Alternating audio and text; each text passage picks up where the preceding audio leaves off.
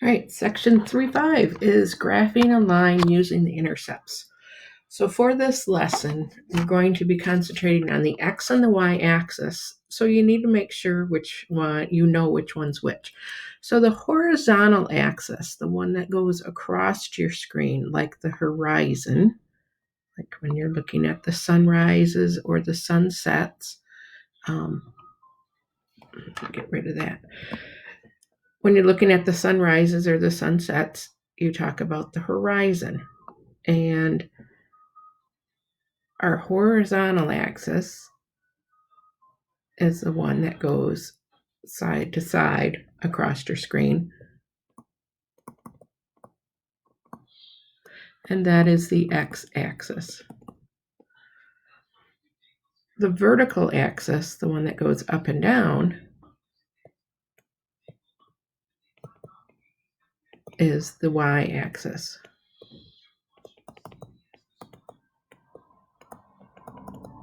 It's important that you know that.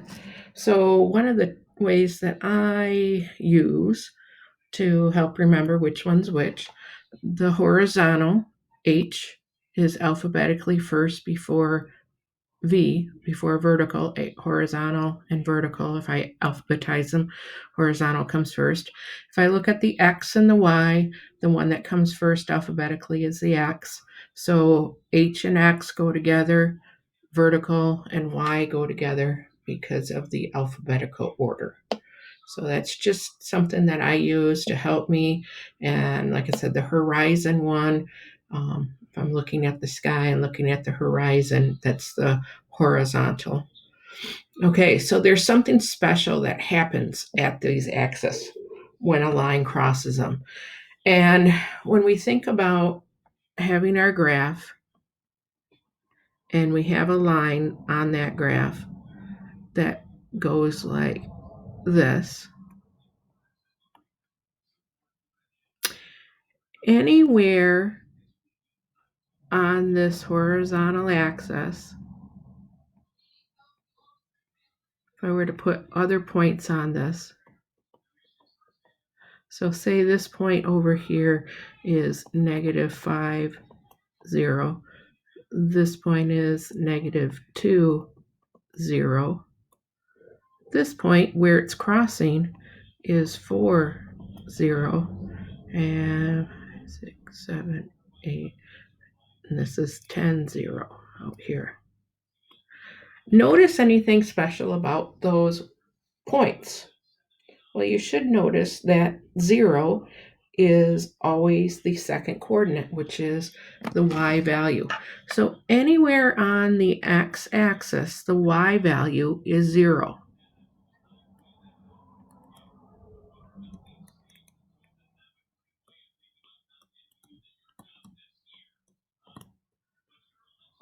The same thing happens when I'm looking at that same line, this time concentrating on the vertical axis or the y-axis. Any point here, this is 0, -5. This is 0, -2. This just happens to be 0, 4. Just because those two axes or those two things are the same doesn't always happen that way. And so this one is 0, 6. On this axis, on the y-axis, the x values are 0. So that's what's special about the intercepts. When you're looking for the intercepts of each of the axes, you're going to plug 0 in for the other value for the other variable. So let's take a look at some examples here. So we're going to use a special feature to help us identify what the values of the intercepts are by plugging in those zeros for x and y. And so I am going to take this equation and I'm going to first give you some equations that are in slope-intercept form. And the reason why I'm doing that is because I want you to see that when you plug 0 in here for x, 0 in for x, what happens to this whole term? This whole term becomes 0. And 0 plus anything is anything, whatever you have there. So we get y equals 5. So when we say that that plane number at the end is the y-intercept, this is why we can say it, because when we plug 0 in for x, we get that y-intercept out. We get that value out. So we really don't have to plug 0 in for x because we know that this is the y-intercept, that plane number at the end. How do we get the x-intercept? So that same equation. And this time, we're going to plug 0 in for y.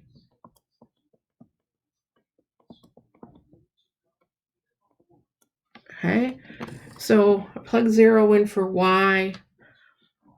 I can move this term over to this side of the equation, and whenever I move across the equal sign, the sign changes. It becomes positive. 1/3 x equals 5. And then I continue to solve for x by multiplying by 3 over 1. And x equals 15. So if I want to graph this, I can graph this out. 1, 2, 3, 4, 5. 1, 2, 3, 4, 5. 1, 2, 3, 4, 5. There's 15 on my x-intercept. And y equals 5. 1, 2, 3, 4, 5. There's 5 on my y-intercept. So then I can just connect those points. Okay, let's try another one.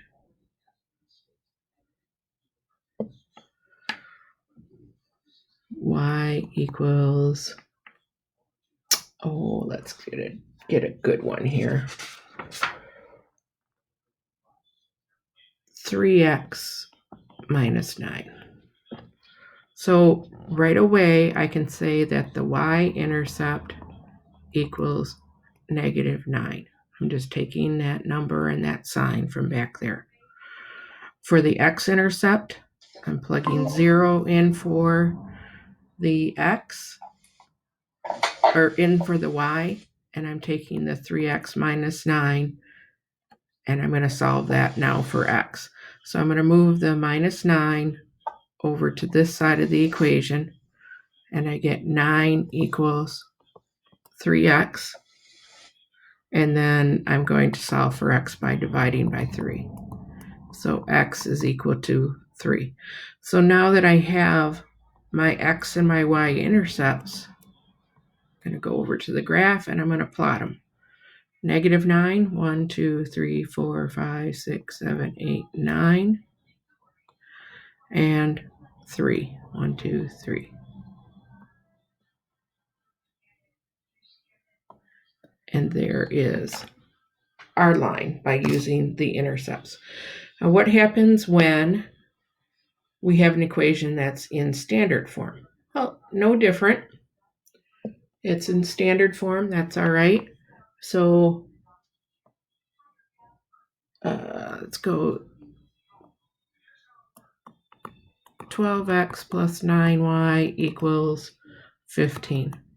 This is actually, sometimes this is easier to do than the y-intercepts, because when I put 0 in for x, I put 0 in there, this whole term cancels out, and I'm left with 9y equals 15. I divide both sides by 9, and y equals 15 over 9 reduces down to 5/3. So 5/3 is my y-intercept. Go back up to my original equation, and this time I'm going to plug 0 in for y. So that whole term will go away, and I get 12x equals 15. I divide both sides by 12, and I get x equals 15 twelfths reduces down to 5/3. force. So now how do I graph that? Well, we have to think fractions. 5/3 is between 1 and 2 on the y-axis, 1 and 2/3. There's my y-intercept. And x equals 5/4. That's a little bit above 1, a quarter of the way, 1 and 1/4. So there are my two intercepts, and I just draw my line between them. And of course, we have story problems that go with this. But our story problems, they look like a lot, but really what it comes down to once you read it, a store sells juice boxes in packages of 6 boxes and 8 boxes. They have 288 total juice boxes. This is represented by this function. They give you the equation. You don't have to figure out an equation. They give it to you. And once they give you that equation, that's what you're going to be using. They want you to use the x and y intercepts to graph it. And then they want you to interpret the x and y intercepts. So in this case, our x value stands for the number of packages of 6 boxes. And y is the number of packages of 8 packs or 8 boxes. So when we put 0 in for x, we get 8y equals 288. If we divide 288 by 8, we get 288 divided by 8, we get 36. If we take that equation and we plug 0 in for y this time, we get 6x equals 288. 288 divided by 6 is 48. So on my graph, there's 10, 20, 30, 40. There's 36. 36. That's not my x-axis interval. 48 is my x-intercept. There's 10, 20, 30, 40. There's 36. So make sure, don't do a mistake like I just did there. Make sure that you're keeping your x and y intercepts the same. Correct in the correct places, and that you're graphing them correctly. Now, the last part here, interpret the x and y intercepts. Well, when I look at that graph, if my y-axis is the number of packages of 8 boxes, that means they could have, at a maximum, 36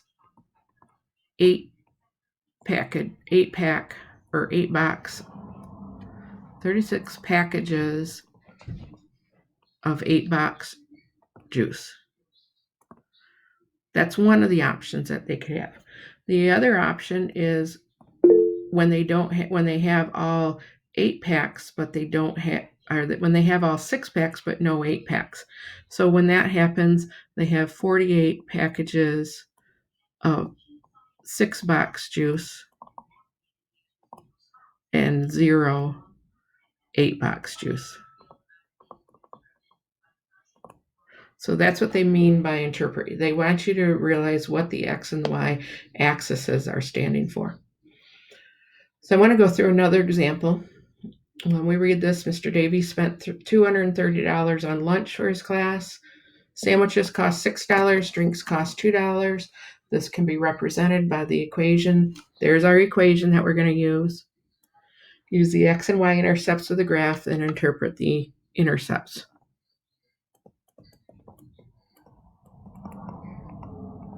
So x is the number of sandwiches, and y is the number of drinks. Okay, so when we solve this, if I put 0 in for y, I get 6x equals 230 divided by 6 is 38 1/3.